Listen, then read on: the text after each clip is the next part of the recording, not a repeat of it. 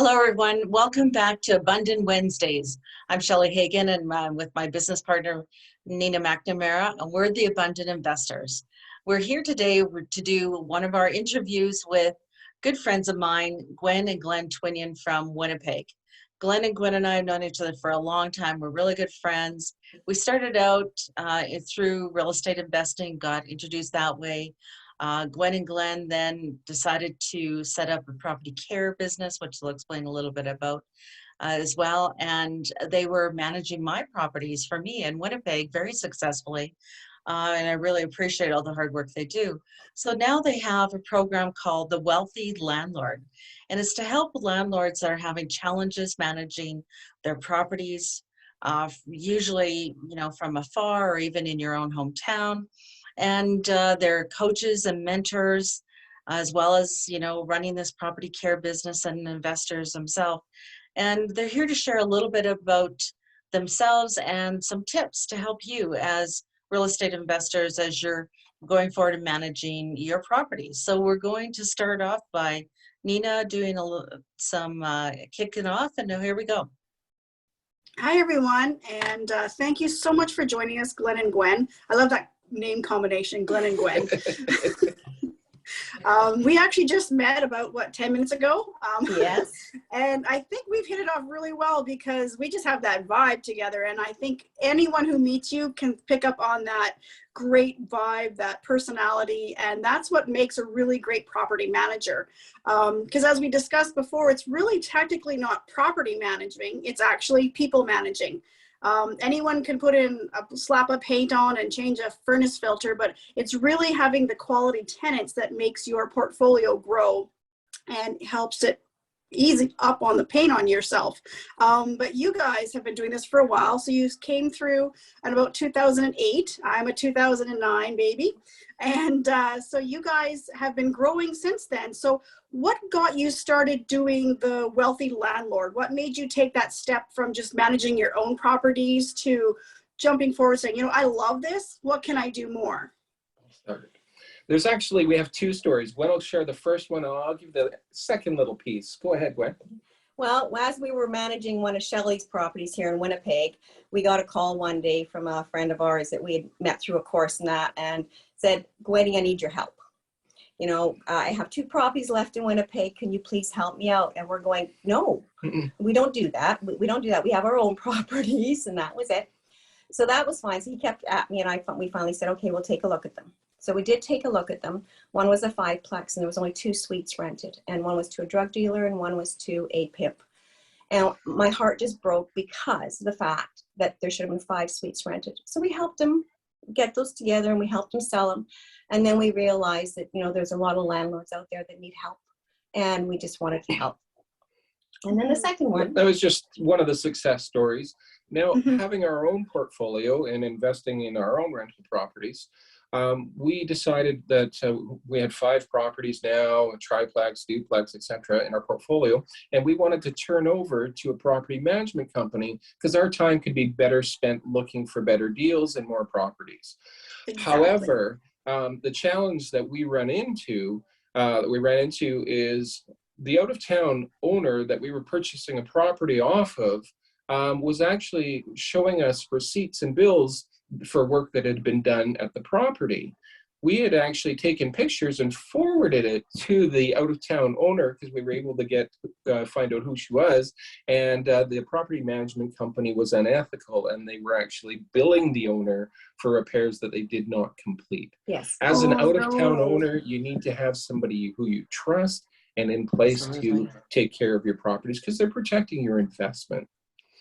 So that's why we decided to start doing what we're doing, and we've done it for many years just to prevent a lot of heartaches as well. And now we're helping a lot of new landlords and seasoned landlords, prevent the same heartaches. Exactly. So it's that educating yourself to who you have represent you for a property management, and that's part of the education process. It's not just throw a tenant in there, and it's also the property manager. So you got to manage the manager. That's part of it. Yes.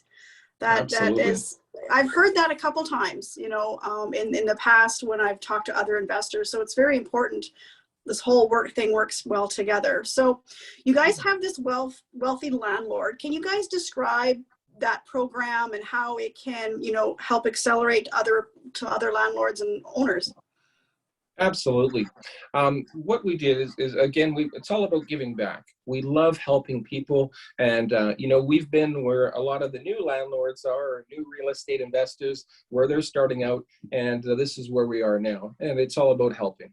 So with the Wealthy Landlord, there's coaching, consulting, mentoring of landlords, revenue property owners, and real estate investors. Through that, you know, we help with tenant struggles. We help them attract quality tenants, which is huge. And then in addition to that, you know, we just remove all of the pain, help them improve cash flow on their rental properties, and just, you know, give them peace of mind again. So it's all about the whole process, and it's all about the end result, because if you can learn from somebody else's mistakes, hey, I'm all for that. Absolutely. That is 100%. I've made some mistakes. I've passed it on. Don't do what I did. Exactly. That's why we're here sharing the stuff that Nina and I do, is because we've learned a lot through the School of Hard Knocks, and we want to pass along some tips to, you know, help other people. Well, we must have gone to school together, because we went to the same school, and we all have those landlord stories. And yeah, it all comes down to, you know, proper management, and then also, you know, the proper tenants. That's huge. And we just want to see people. We don't want them to go through the heartaches we have all gone through. We want them to succeed. We want to see them choose good property management instead of ones that are, you know, just ripping them off. And it's happening all over. So we just want to make sure that the people that are buying revenue properties understand what they need to look for in order to be able to benefit from these properties and increase their value. And can you give us some quick tips to help investors with that? Tip number 1, location, location, location. So yes, these will be 3 essential pro tips for new landlords. And as Gwen said, tip number 1, location, location, location. We've heard it before, and it's so important. If you're purchasing revenue properties for investment purposes, location should be right up near the top of your list. That's because you're looking for 2 things. You're looking for rentability and also appreciation. The better the neighborhood, the faster you're going to be able to locate suitable tenants.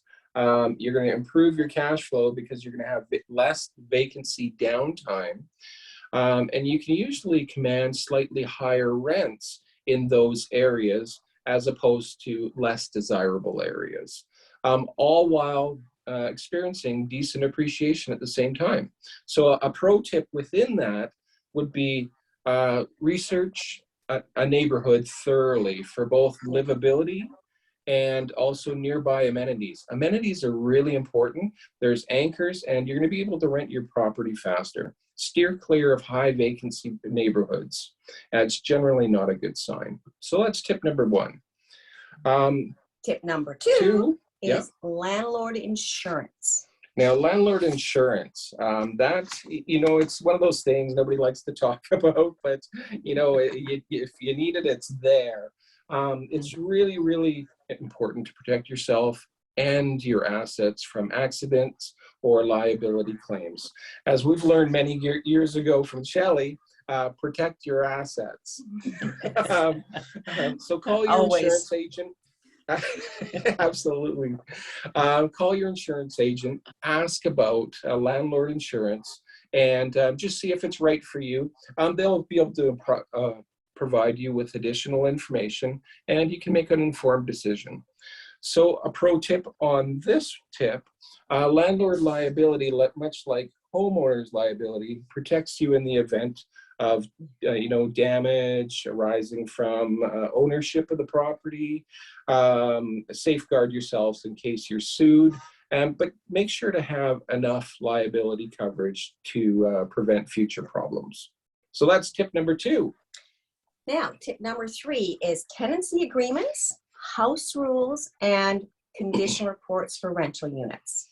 Shelley, Nina, and all the new landlords and seasoned landlords, we've seen it before, and we'll see it again, that so many landlords don't complete property tenancy agreements upon move-in.